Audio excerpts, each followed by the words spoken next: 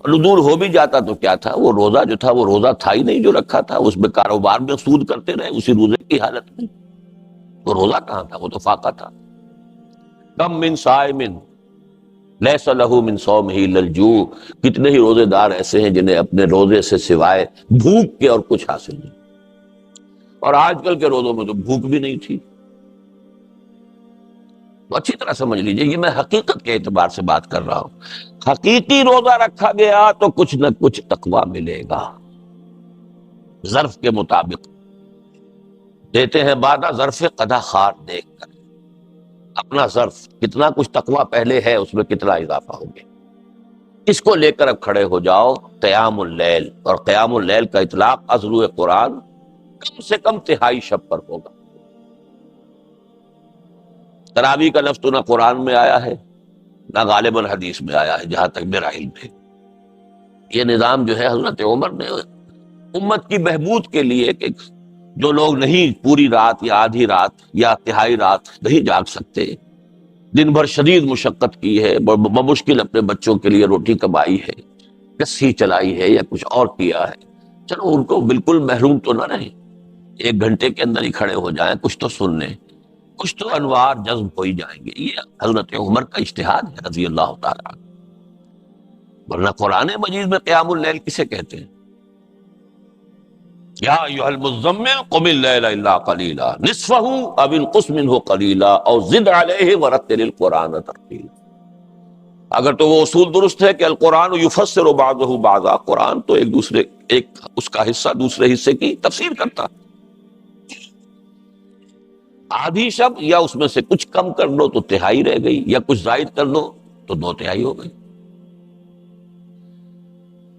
اور اسی کی توثیق ہو گئی اسی سورہ مزمل کی آخری آیت میں، ان ربک یعلم انک تقوم ادنی من ثلثی اللیل ونصفہ وثلثہ وطائفۃ من الذین معک۔ اے نبی، آپ کا رب واقف ہے کہ آپ بھی اور آپ کے کچھ ساتھی بھی کھڑے رہتے ہیں رات کو، 2/3 رات یا آدھی رات یا 1/3۔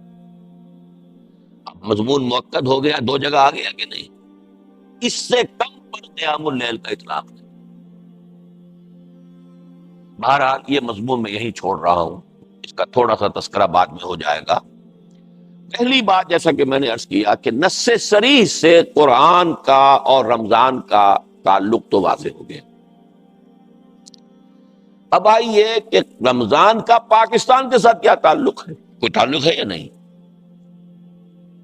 تو تعلق کیا ہے؟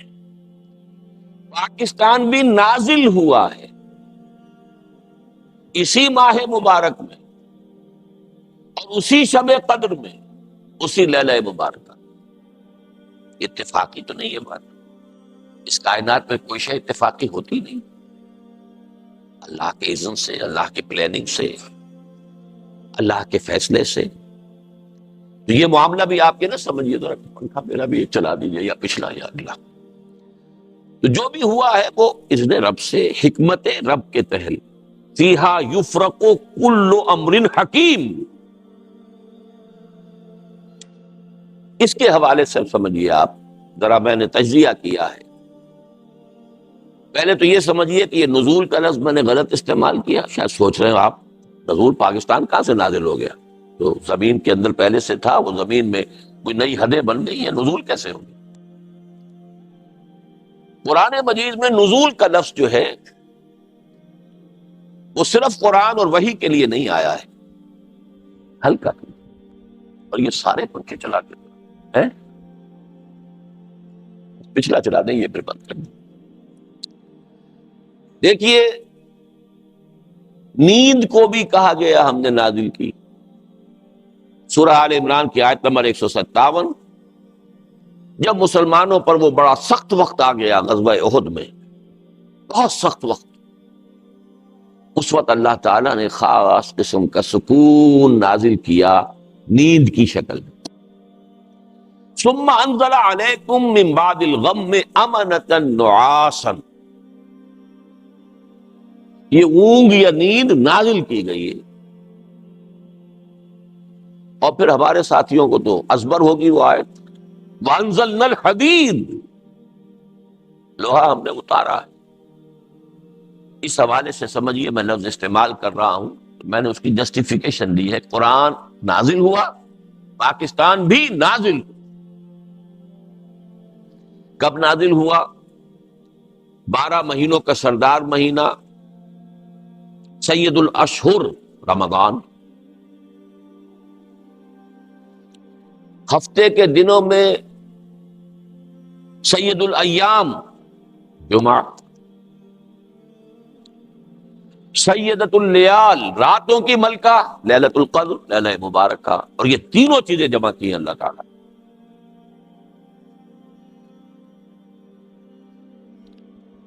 جمعۃ الوداع تھا جس کی شب وہ تھی 27۔ یہ بھی قران الصادین کوئی ہر سال تو نہیں ہوتا، جمعۃ الوداع تو گزر چکا، یا آج ہے، اور شب قدر جو ہے 27ویں اگر ہے تو گزر چکی۔ لازم نہیں ہے کہ وہ 27ویں شب اور جمعے کا دن یہ ٹیلی کر جائے، لیکن یہ کہ قیام پاکستان میں ماہ مبارک رمضان سید الاشہر سید الایام جمعہ، اور جمعہ بھی جمعۃ الوداع، اور راتوں کی ملکہ سیدۃ اللیال، اور یہ قران الصادین ہی نہیں، 3 قران جمع ہو گئے، قران 3 چیزوں، اور وہ ہے پاکستان کے نزول کی شب اور اس کا دن۔ اب یہاں میں تھوڑی سی بات واضح کرنا چاہتا ہوں۔ قرآن مجید سے معلوم ہوتا ہے کہ اللہ تعالیٰ کی جو اسکیم اس دنیا میں چلتی ہے اور اس کے جو منصوبے بنتے ہیں، ایک لانگ ٹرم منصوبہ ہوتا ہے اور ایک شارٹ ٹرم۔ لانگ ٹرم ہے اللہ کا ایک دن، اور وہ 1000 برس کا ہے ہمارے حساب سے، بڑی نص سے صریح ہے۔ سورہ حج میں فرمایا وَإِنَّ يَوْمًا عِندَ رَبِّكَ كَأَلْفِ سَنَةٍ مِّمَّا تَعُدُّونَ، تیرے رب کے نزدیک ایک دن ان 1000 سالوں پر مشتمل ہے جو تمہاری گنتی کے، ہماری گنتی کے 1000 سال، اللہ کا ایک دن۔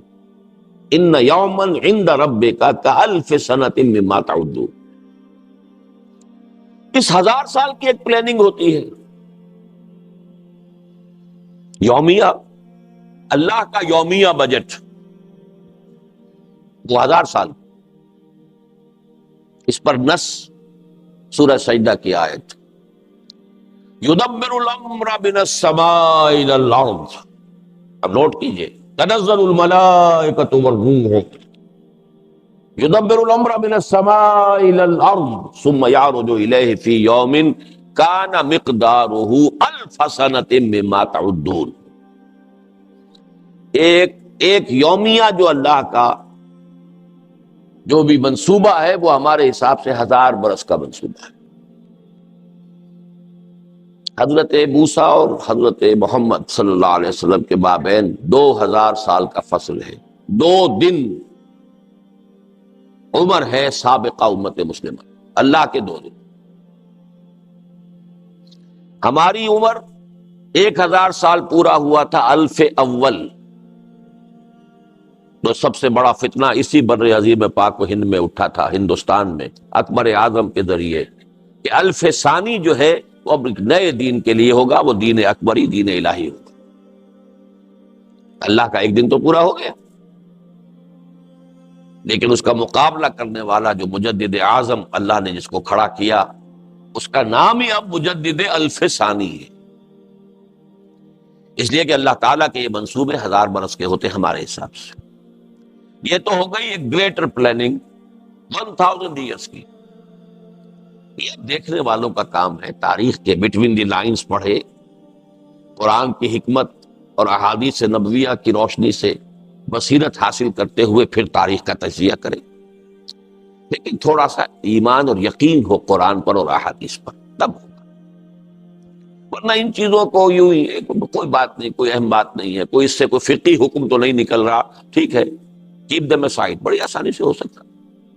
فقہی حکم تو کوئی نہیں نکلتا، نہ اس آیت سے نکلتا ہے کہ اللہ کا ایک دن 1000 برس کا ہے، میں اس سے نکلتا ہے کہ تدبیر الامر جو ہے اللہ کی وہ 1000 سال کی ہوتی ہے، اس سے تو کوئی فقہی حکم تو مستنبط نہیں ہو رہا۔ اور جو احادیث ہیں ان سے بھی، جو اس سے متعلق احادیث، بہرحال اس کو چھوڑیے اس وقت۔ لیکن ایک اللہ کی تدبیر ہوتی ہے ہمارے حساب سے سالانہ، وہ ہے کہ جو لیلۃ القدر میں ہوتی ہے۔ اب اس 1000 سالہ منصوبے کا کتنا حصہ اس انسانوں کے ایک سال میں پورا ہونا ہے، یہ سالانہ بجٹ سیشن ہے لیلۃ القدر اور لیلہ مبارکہ۔ اس سال کے لیے تمام اہم احکام کا فیصلہ ہو جاتا ہے۔ فیہا یفرق کل امر حکیم۔ اسی حوالے سے ایک بات نوٹ کر لیجئے، یہ ہماری تاریخ کا بہت اہم واقعہ ہے۔ مولانا مدنی رحمت اللہ علیہ نے قیام پاکستان سے ٹھیک 1 سال پہلے رمضان مبارک میں جو وہ سلہٹ میں گزارا کرتے تھے، ہر سال رمضان مبارک ان کا سلہٹ میں ہوتا تھا، وہاں ان کے معتقدین کا بہت بڑا حلقہ تھا، وہ بلاتے تھے وہاں پر، وہ گویا کہ ایک طرح کی ان کی روحانی تربیت گاہ 1 مہینے کی رمضان مبارک میں ہوتی تھی، اور ان کے جو بھی خلفاء وغیرہ تھے سلسلہ تصوف کے، وہ سب ہندوستان کے کونے کونے سے پھر رمضان مبارک کے لیے وہاں جمع ہو جاتے تھے۔ جیسے بعد میں اسی قسم کی ایک بہار جو ہے، وہ جب تک کہ شیخ الحدیث مولانا محمد زکریا مدینہ منتقل نہیں ہوئے تو سہارنپور کی جو ان کی خانقاہ ہے اس میں یہی کیفیت ہوتی تھی رمضان مبارک۔ تو 1 سال پہلے بتا دیا تھا اپنے معتقدین کو کہ ملأ اعلیٰ، ملأ اعلیٰ سے مراد کیا ہے؟ فرشتوں کا وہ طبقہ جو سب سے اونچا ہے اور جو اللہ کے قریب ترین ہے۔ ظاہر بات ہے جب کوئی حکم ایشو ہوتا ہے تو پہلے انہی کو دیا جاتا ہے۔ ملأ اعلیٰ میں پاکستان کے قیام کا فیصلہ ہو گیا ہے، بہت اہم بات ہے۔ اس کے بعد بھی 1 سال تک وہ پاکستان کی مخالفت کرتے رہے، اور چنانچہ ان کے ایک معتقد نے وہی سوال کر لیا، پھر حضرت پھر ہماری پالیسی جو ہے پھر اس پر کوئی نظر ثانی ہونی چاہیے؟ فرمایا نہیں، وہ تکوینی امور ہیں، ہم تکوینیات کے پابند نہیں ہیں، ہم تشریعیات کے پابند ہیں۔ اب اس جملے کی بھی میں نے وضاحت کی ہے اپنے ایک خطبے میں، لیکن اگر اس کی وضاحت یہاں کرنے لگوں گا میں اسے صحیح سمجھتا ہوں، غلط نہیں سمجھتا اس بات کو، لیکن اب یہ 2 اصطلاحات ہیں بڑی ثقیل، تکوینیات اور تشریعیات، اب ان میں کیا فرق ہے؟ کیونکہ وہ کسی عالم نے بات کی ہوگی، عالم ہی جواب دے رہا ہے، انہوں نے تو سمجھ لیا کہ کیا بات کہی گئی ہے، لیکن میں اس کو اس مفہوم کے اعتبار سے صحیح سمجھتے ہوئے بھی اس وقت نہیں بیان کروں گا، وہ میرے جمعوں کے دوسرے خطبے جو رمضان مبارک میں لاہور میں ہوئے ہیں ان کے کیسٹس میں موجود ہیں۔ تو پہلا حصہ ثابت ہوا رمضان، قرآن رمضان میں نازل ہوا، لیلہ مبارکہ میں نازل ہوا، لیلۃ القدر میں نازل ہوا، سب کو معلوم۔ رمضان اور پاکستان بھی نازل ہوا، چلیے وہ لفظ آپ کو پسند نہ ہو تو قائم ہوا، اس کا اعلان ہوا، جو بھی ہوا، وہ بھی لیلۃ القدر، جمعۃ الوداع، شب جمعہ اور رمضان مبارک۔ اب تیسرا حصہ لیجئے، قرآن اور پاکستان کا بھی کوئی تعلق ہے، یہ ہے جس کو میں چاہتا ہوں ذرا آج اچھی طرح اجاگر کروں، بڑا گہرا تعلق۔ ایک تعلق ہے اس 1000 سالہ تدبیر کے ساتھ، وہ تدبیر کیا تھی؟ قرآن مجید کے جو دور نبوی اور دور صحابہ میں اہم ترین شے تھا صحابہ کرام کے نزدیک، رفتہ رفتہ وہ امت مسلمہ کے ذہن سے، شعور سے پس منظر میں چلا گیا۔ زیادہ توجہات احادیث پر ہوئیں، اس لیے کہ احادیث سے احکام زیادہ نکلتے ہیں۔ قرآن میں تو نماز قائم کرو، یہ فرض کیجئے کہ 20 جگہ آ گیا ہو یا 70 جگہ آ گیا ہو، کیسے قائم کرو یہ تو قرآن میں نہیں ہے، یہ تو پھر حدیث سے ہے۔ تو سارا زور تو اب ہوا نا کہ حدیث کو سمجھو، اور حدیث سے آگے آ گئی فقہ، اسلامی حکومت قائم ہو گئی ہے تو اب فقہ سب سے اہم شے ہے، مقدمات کے فیصلے کرنے ہیں، معاملات طے کرنے ہیں۔ تو کچھ تو فطری اسباب تھے جس سے قرآن پس منظر میں چلا گیا، حدیث آگے، فقہ آگے، ہوتے ہوتے فقہ ہی فقہ رہ گئی۔ یہ تو حدیث بھی بہت عرصے کے بعد زندہ ہوئی ہے، اس سے تعلق جو ہے بہت عرصے کے بعد قائم ہوا، ورنہ فقہ ہی فقہ۔ کچھ اسباب اور بھی تھے۔ قرآن کی تعلیمات کے بعض پہلو اصحاب اقتدار کو پسند نہیں تھے،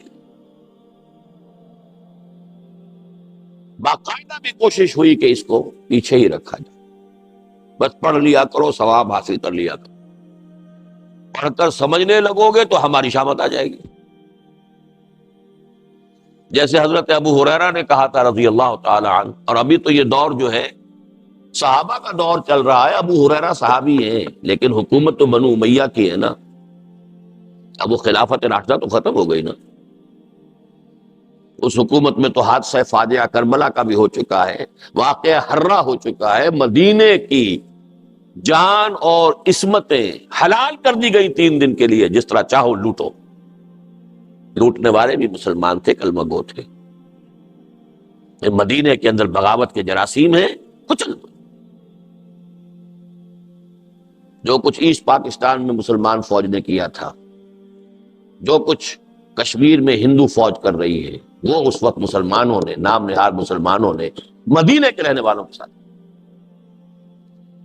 اب ان حالات میں قرآن کی اصل تعلیم کھول کر تو اپنی گردن ہی کٹوانی ہوگی نا۔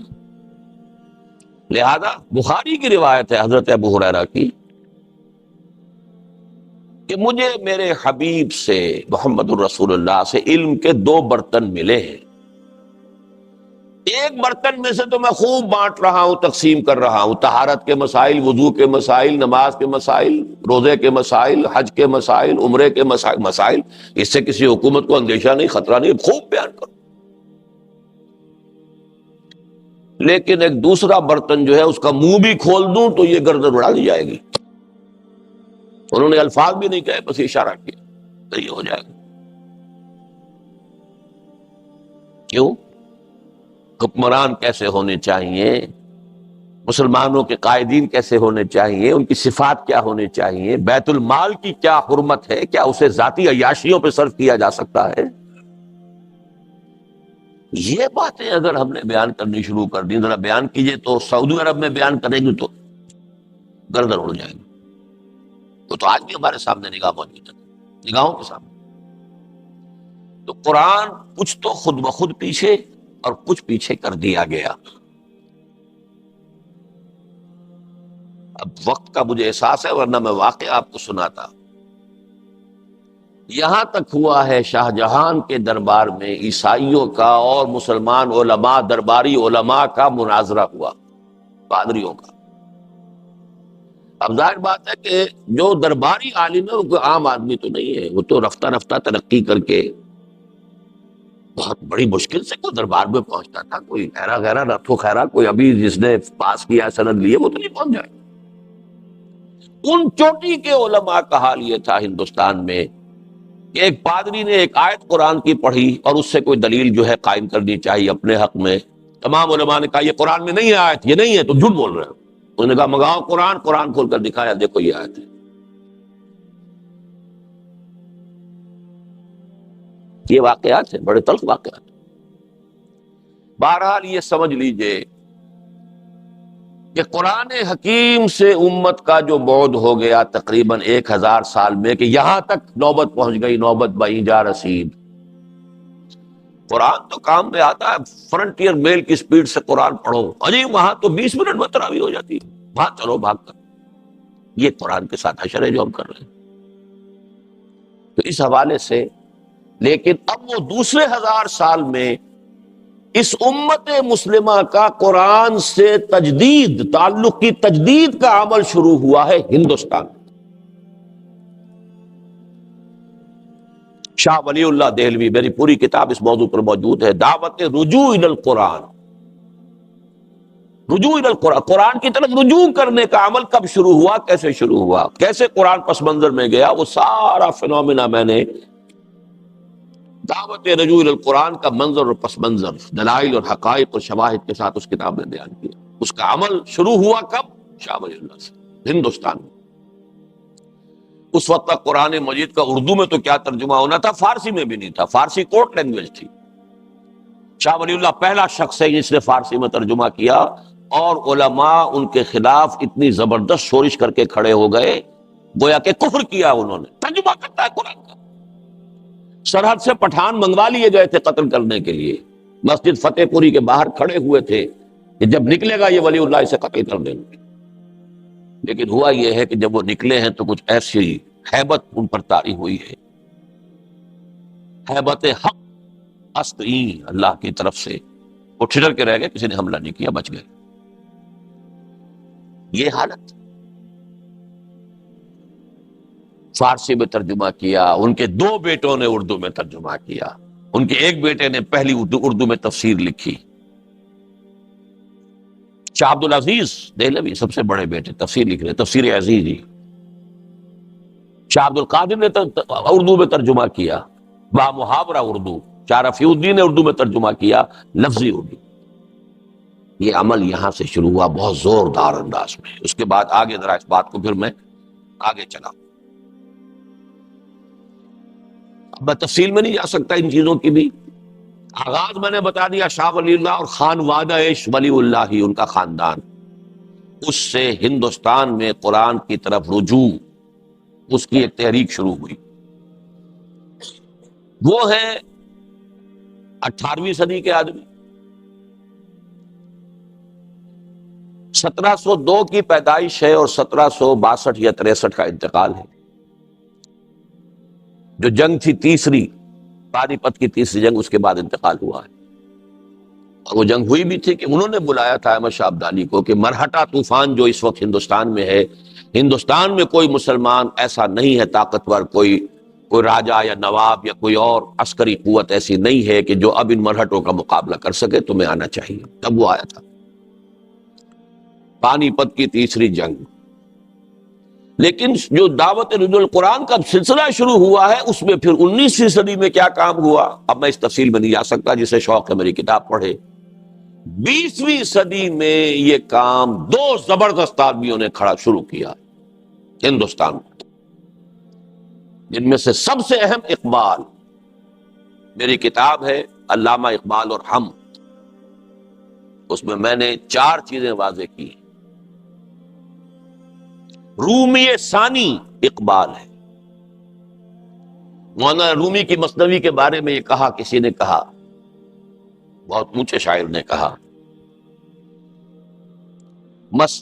مثنوی مولوی معنوی ہست قرآن در زبان پہلوی۔ قرآن کی تعبیر، اس کے بڑے غامض حقائق کی تعبیر فارسی شعر کے پیرائے میں یہ مثنوی ہے۔ اور یہی بات اقبال کے بارے میں جلندر کے ایک فارسی شاعر گرامی جلندری نے کہی ہے، در دیدہ مانی نگراں حضرت اقبال، پیغمبر یہ کر دو پیمبر نہ تواں شد۔ جو لوگ حقائق سے واقف ہیں ان کی نگاہوں میں تو اقبال کا مقام یہ ہے کہ اس نے پیغمبری کی ہے، بھائی مانا کہ قرآن کی۔ اب پیغمبر اس معنی میں تو کوئی نہیں آئے گا، لیکن یہ کہ پیغمبر نہ تواں گفت، کہا نہیں جا سکتا انہیں پیغمبر، لیکن جو کام پیغمبروں کا ہے یا مجددین کا ہے وہ انہوں نے کیا ہے۔ بہرحال میرے نزدیک عظمت قرآن کا سب سے بڑا نشان اس صدی میں، اس دور میں اقبال ہے۔ اگر کوئی مولوی بیچارہ عالم دین قرآن کی مدح کرے، قرآن کی تعریف کرے تو ٹھیک ہے، اس نے تو ساری عمر اسی میں بتائی ہے، یہی پڑھا ہے۔ لیکن جس نے کہ کالج میں تعلیم حاصل کی، مشن سکول میں پہلے تعلیم حاصل کی، پھر مشن کالج میں کی، پھر گورنمنٹ کالج لاہور میں کی، پھر وہ گیا ہے انگلینڈ گیا ہے، پھر جرمنی گیا ہے، مشرق اور مغرب کے فلسفے کھنگال کر، اور اب قرآن کی عظمت کا اقرار کر رہا ہے، تو زمین و آسمان کا فرق ہو گیا۔ نہ کہیں جہاں میں اما ملی، جو اما ملی تو کہاں ملی، میرے جرم خادہ خراب کو تیرے عفو بندہ نواز میں۔ اس کا کلیم یہ ہے کہ میرے سارے فکر کا منبع اور سرچشمہ قرآن۔ حضور مناجات بحضور رحمت للعالمین، حضور کے سے ایک گزارش کرتے ہوئے یہاں تک کہا ہے، گر دلم آئی نئے بے جوہر است، ور بحرفم غیر قرآن مزمر است۔ پردہ ناموس فکرم چاک کن، این خیاباں راز فکرم پاک۔ اے نبی، اگر میرا دل جو ہے آئینہ بے جوہر ہے، ایسا شیشہ ہے جس کے اندر چمک دمک ہے ہی نہیں، اور اگر میرے کلام میں اور میرے پیغام میں قرآن کے سوا کوئی شے آ گئی ہے تو میرے فکر کے ناموس کا پردہ چاک کر دیجیے۔ گویا کہ میں پھر ایک کانٹا ہوں اس شاہراہ پر، اس گلشن میں، اس کو پاک کر دیجئے، اس کانٹے کو نکال کر پھینک دیجئے، یہاں تک کہ روز محشر خار و رسوا کن مرا، بے نصیب از بوسہ پاکن مرا۔ اگر ایسا ہے تو محشر میں، میدان حشر میں مجھے ذلیل و رسوا کیجیے گا اور اپنے قدم بوسی سے محروم کر دیجیے۔ رومی ثانی، سب سے بڑا داعی قرآن اس صدی کا اقبال ہے۔ گر تمہیں خواہی مسلمان زیستن نیست ممکن جز میں قرآن زیست۔ اور یہ قرآن ہے کیا؟ ہاں کتاب زندہ قرآن حکیم، حکمت او لا یزال است و قدیم، حرف اورا ریب نے، حرف اورا ریب نے، تعویل نے،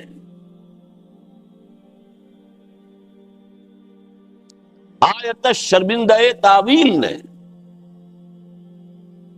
چو بجا در رفت جاں دیگر شود، جاں چو دیگر شد جہاں دیگر شود۔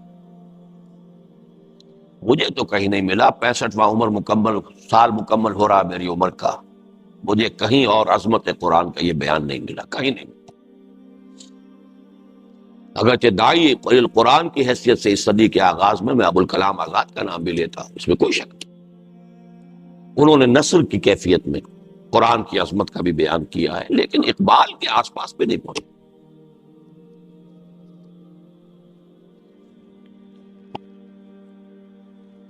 اور یہاں میں آپ کو دو گواہیاں دینا چاہتا ہوں عالم اسلام کے دو مسلمان مفکرین کی اس صدی کے، ایک عرب ایک ایرانی۔ الجزائر کے ایک بہت بڑے مفکر، انہوں نے عربی میں کچھ لکھا ہی نہیں، فرانسیسی زبان میں ان کی کتابیں ہیں بے شمار، مالک ابن نبی۔ انہوں نے عجیب تجزیہ پیش کیا ہے، انہوں نے کہا ہے اپنی ایک کتاب میں کہ امت مسلمہ کا جو انٹلیکچوئل اور اسپرچول سینٹر آف گریوٹی ہے وہ اب منتقل ہو چکا ہے ساؤتھ ایشیا کو۔ اس ایک جملے کا پس منظر کیا ہے؟ دیکھیے، قرآن عرب میں نازل ہوا، حضور عرب میں تھے، وہاں سے ہی سارا بات جو ہے نکلی ہے، لیکن یہ ہے کہ جس کو کہتے ہیں علمی اور ثقافتی، وہ مرکز سب سے پہلے جو بنا ہے وہ بغداد کا علاقہ تھا، دور بنو عباس میں۔ سائنس، فلسفہ، فکر، اسی زمانے میں تو آخر فقہ مرتب ہوئی ہیں، اسی زمانے میں تفسیریں لکھی گئی ہیں، اسی زمانے میں احادیث جمع ہوئی ہیں۔ تو مذہبی، علمی اور ویسے فکری، ثقافتی اور روحانی، شیخ عبد القادر جیلانی کہاں کے تھے؟ یہ مرکز رہا ہے تقریباً 700 برس تک، بغداد مرکز، اور وہ علاقہ جو ہے وہ گویا کہ علاقے کی حیثیت سے۔ پھر یہ سینٹر شفٹ ہوا ہے مغرب میں، اسپین، اور یہ المغرب جسے کہتے ہیں، الجزائر، تونس، موراکو، موریتانیہ۔ اور یہ اسی الجزائر کا ایک شخص کہہ رہا ہے کہ اب یہ مرکز جو ہے یہ منتقل ہو گیا جنوبی ایشیا، جنوبی ایشیا ہندوستان کو کہتے ہیں۔ اب جو اسپرچول اور intellectual centre of gravity of the Muslim امہ is in the Indian sub continent. اس کی وضاحت آپ کو مل جائے گی، میں یہ بات بہت پہلے کہہ چکا ہوں، وہی دعوت القرآن کے اندر آپ یہ ساری چیزیں دیکھ لیں۔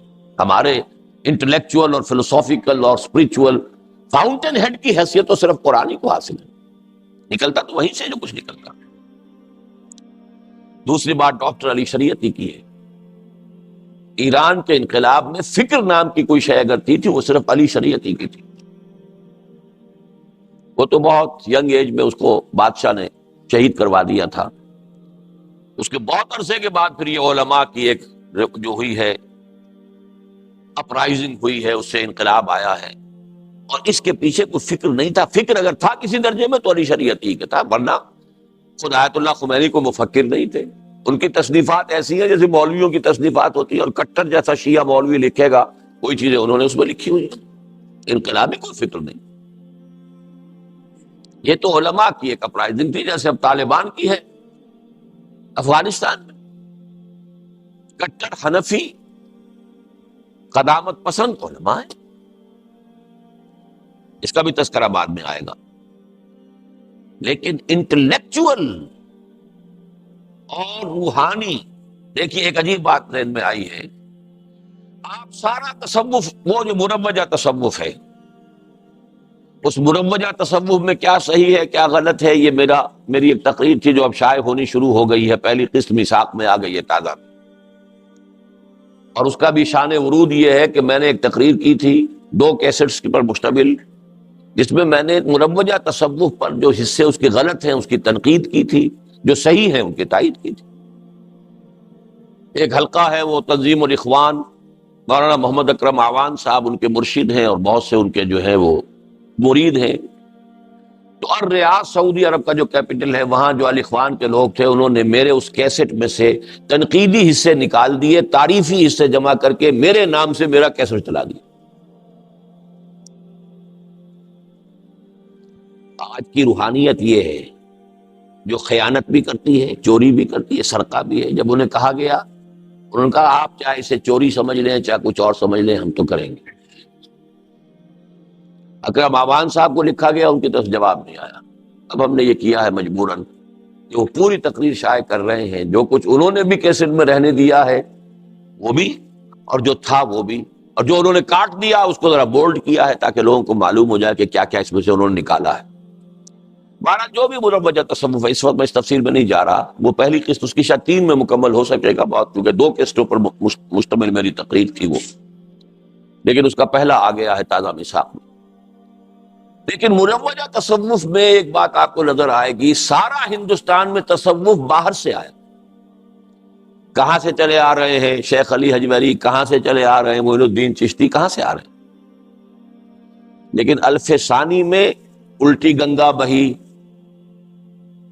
سلسلہ نقشبندیہ مجددہ یہاں سے چل کر اور پورے عالم اسلام میں، عالم عرب میں تو نہیں گیا ہے، افغانستان، پورا ترکستان، ترکی تک، پوری بیلٹ، اسی میں تھے امام شامل، اسی میں ہے یہ چچنیا کے مجاہدین.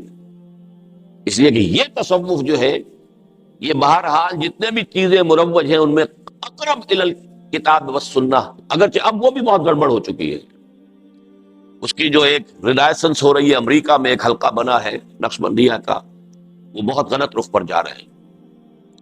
وہ تو یہ ہے کہ زاغوں کے تصرف میں عقابوں کے نشیمن. لیکن یہ آپ کو معلوم ہونا چاہیے کہ الف ثانی میں ایک سلسلہ تصوف روحانیت کا بھی ہندوستان سے نکل کر پھیلا ہے باہر.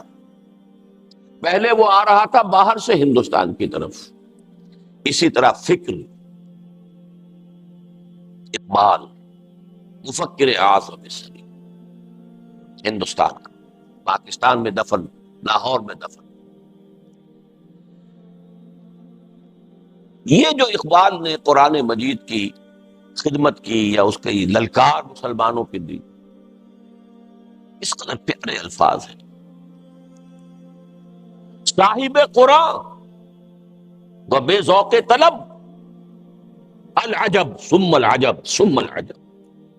قرآن کی حامل قوم ہو اور ایسی سست ہوئی بیٹھی ہو اور ایسی پڑی ہوئی ہو زمین پر، اور ایسے ہی جیسے کہا گیا کہ تم شبنم کی طرح زمین پر پڑے ہوئے ہو اور دو دشمن تمہیں اپنے پاؤں تلے روند رہے ہیں.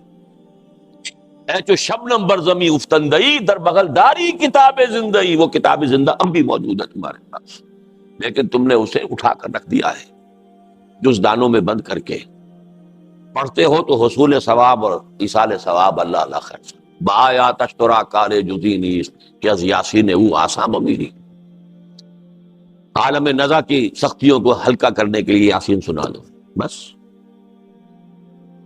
اے کمی نازی قرآن عظیم تاک و جا در حجرہا باسی مقیم. اے قرآن کی حامل قوم، کب تک حجروں کے اندر بیٹھے رہو گے؟ در جہاں اسرار دینا فاش کن، نقطۂ شر مبینہ فاش کن. پوری دنیا میں دین کے اسرار کو عام کرو، اور دین متین اور شرع متین کے جو اصل نکات ہیں، جو اصل حقیقت ہے، جس کے بنا پر یہ رحمت للعالمین اللہ حضور کی رحمت للعالمینی کا سب سے بڑا منصب ہے، اسے عام کرو. نکل کر خانقاہوں سے ادا کر رسم شبگیری. یہ ساری للکاریں آپ نے سنی، کسی اور کے ہاں سنی؟ قرآن کے حوالے سے کہہ رہا ہوں. باقی کسی اور حوالے سے کوئی قومی مسئلہ ہے، کوئی سیاسی مسئلہ ہے، پاکستان کا مطلب کیا، لا الہ الا اللہ، یہ چیزیں اور ہیں. قرآن کو مرکز بنا کر، محور بنا کر، جو حضور کی دعوت اور تحریک کا مرکز و محور تھا، یتلو علیہم آیاتہ ویزکیہم ویعلمہم الکتاب والحکمہ، یہ بیسک میتھوڈالوجی تھی جو قرآن کے گرد گھوم رہی ہے. اس کی طرف دعوت دینے والا اقبال. اب اسی کو میں آگے لا رہا ہوں. وہی عمل ہے جو علامہ اقبال کے ایک ادنا اور ناچیز عقیدت مند بھی کہہ لیجئے، خوشہ چین بھی کہہ لیجئے، میں اپنا مقام اس سے زیادہ نہیں سمجھتا. اللہ نے اس کو توفیق دی. عوامی درس قرآن سن 65 سے جو میں نے شروع کیا ہے اپنا مشن لاہور میں، 2 تقریریں مسلمانوں پر قرآن مجید کے حقوق کے نام سے، ایک تحریر اسلام کی نشر ثانیہ کرنے کا اصل کام کے عنوان سے، سن 67 یہاں سے کام شروع ہوا ہے. عوامی درس قرآن، نہ کسی فرقے سے تعلق، نہ سیاست سے تعلق، قرآن کا درس. اور 500 ہی نہیں، 700 آدمی جمع ہوتا رہا مسجد شہداء لاہور. ایک مرتبہ ایک کتاب تقسیم کی گئی تھی، تب گنتی ہو گئی کہ 700 نسخے لگے. پھر یہ کہ مرکزی انجمن خدام القرآن اور پھر اس کی شاخیں، انجمن خدام القرآن سندھ، انجمن خدام القرآن پنجاب، انجمن خدام القرآن فیصل آباد، انجمن خدام القرآن کوئٹہ، انجمن خدام القرآن پشاور، انجمن خدام القرآن اسلام آباد، society of the servants of Quran Chicago, society of the servants of Quran Toronto, بنتے رہے. پھر ان کے بطن سے اکیڈمیوں کا وجود ہوا، قرآن اکیڈمی لاہور، قرآن اکیڈمی کراچی، قرآن اکیڈمی ملتان، چوتھی جو ہے فیصل آباد میں بننے والی ہے. اس سے آگے قرآن کالج لاہور میں، قرآن کالج یہاں. یہ سب کیا ہے؟ یہ کسی تدبیر کا حصہ ہے. توفیق تو اللہ بندوں کو دیتا ہے، اپنی تدبیر امر بندوں کے ذریعے سے کراتا ہے. پوری تدبیر امر تو وہ ہے جو ہو رہی ہے. اور اس کی جو موسٹ ریسنٹ شکل ہے، جو 15 سال سے تقریباً شروع کی، کوئی شخص یقین نہیں کر سکتا تھا کہ لوگ تراویح کے لیے 5 6 گھنٹے بھی جاگ سکتے.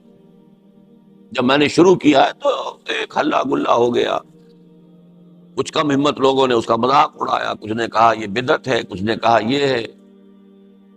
اور کوئی، میں بھی نہیں سمجھتا تھا کہ اتنے لوگ.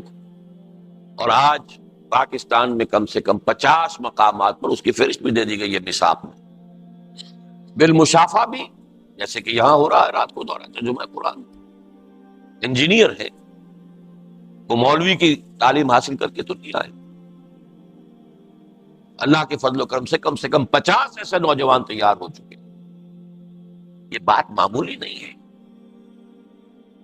اس کو پس منظر میں رکھیے. اس کے جو میں نے حدیث سنائی آپ کو، ان اللہ یرفع بہذا الکتاب اقواما ویضع بہ آخرین، اللہ اسی قرآن کی بدولت قوموں کو اٹھائے گا اور اسی قرآن کو چھوڑنے کے باعث ذلیل و خوار کر دے گا. اس کے راوی حضرت عمر ہے رضی اللہ تعالی، فقہائے صحابہ میں سے ہیں، کبار صحابہ میں سے.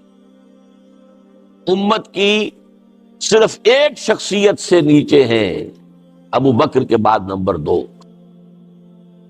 اس کی روایت ہے کہ حضور نے فرمایا ان اللہ یرفع بہذا الکتاب اقواما ویضع بہ آخرین. یہ جو قرآن کا ہمہمہ ہے، بلبلہ ہے، یہ جو جوش و خروش ہے، یہ جو ہو رہا ہے درس قرآن یہاں تاج محل میں جب ہوتا رہا ہے 2-2.5 ہزار آدمی ایک وقت کے اندر، جو میں نے جا کر دیا تھا درس ابو ظبی میں، اس کے شکار وہ بیٹھے ہوئے کونے میں سید نسیم الدین صاحب، انہوں نے وہ منظر دیکھا ہے اور بھی بہت سے لوگوں نے دیکھا ہوگا. 7 دن جو درس ہوا ہے وہاں پر، جو درس جا کر دے کر آیا ہوں حیدرآباد دکن میں، کم سے کم 15,000 آدمی، 10,000 مرد، 5,000 برقع پوش عورتیں ہوتی تھی مسجد مکہ میں، مکہ مسجد حیدرآباد دکن، پوری دنیا میں لے کر پھرا، دشت میں کوہ میں لے کر تیرا پیغام پھرے. شکاگو میں تربیت گاہ ہو رہی ہے، پورے قرآن مجید کا دورہ ترجمہ قرآن ہو رہا ہے، اگرچہ آدھا کر سکا تھا، پورا نہیں ہو سکا تھا، باقی جو ہے آدھا کرنے کے لیے گیا تھا، لیکن صحت نے جواب دے دیا، میں واپس آنے پہ مجبور ہو گیا. وہ ایک علیحدہ مسئلہ ہے، میں اس میں کوئی وقت ضائع نہیں کرنا چاہتا. تو یہ جو ہے قرآن مجید کا کام. اور جن 2 آدمیوں کا میں نے نام لیا تھا جن کو داعی قرآن کی حیثیت سے اللہ نے کھڑا کیا، ان دونوں نے ایک اٹیمپٹ کی اور دونوں اٹیمپٹس ناکام ہو گئی. اللہ نے وہ اٹیمپٹ جو ہے پوری کروانا میری تقدیر میں لکھا ہوا تھا، تقدیر تو اس کی ہے. علامہ اقبال نے بنوایا دارالاسلام، ایک ایسا ادارہ جس میں گریجویٹس کو رکھا جائے اور انہیں قرآن پڑھایا جائے.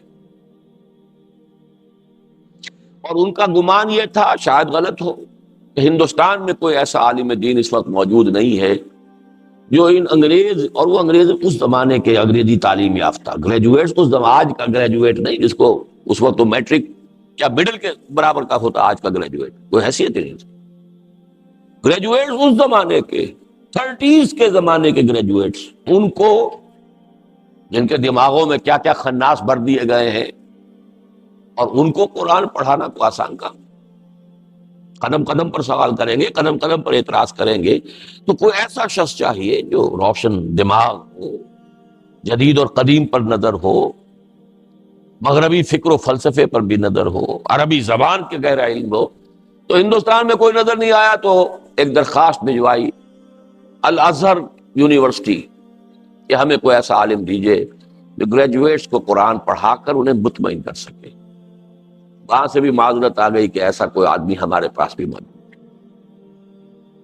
لہذا وہ عمارتیں بن گئی تھی دارالاسلام کی. وہ بس پھر اس کے بعد یہ کہ مولانا مودودی وہاں چلے گئے، جماعت اسلامی کا مرکز وہاں رہا. یہ اپنا ایک مفید کام تو ہوا، اس میں ایک وقت قائم ہو گیا تھا، لیکن یہ کہ وہ اسکیم نہیں چل سکی. اسی اسکیم کو ابوالکلام آزاد نے شروع کیا تھا ان سے بہت پہلے.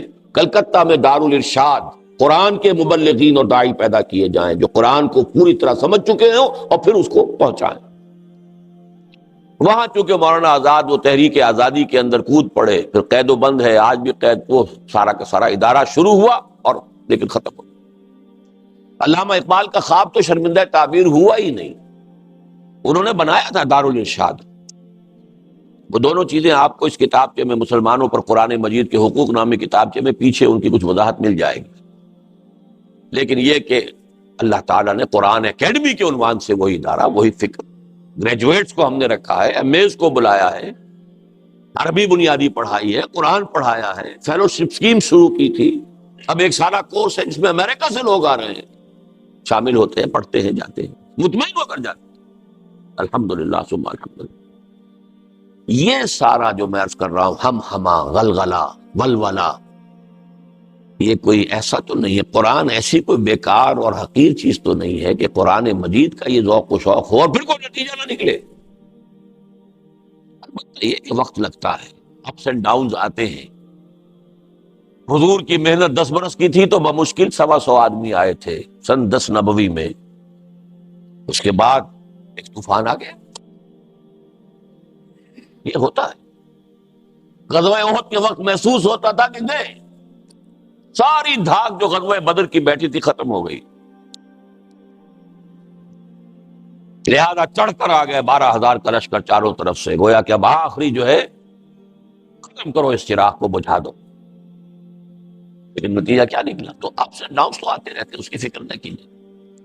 لیکن اس وقت see through the history, the historical process, 1,000 برس کی اس منصوبہ بندی میں، الف ثانی میں جنوبی ایشیا اور یہ بر عظیم پاک و ہند کروشل اس کی حیثیت ہے. شیخ احمد سرہندی،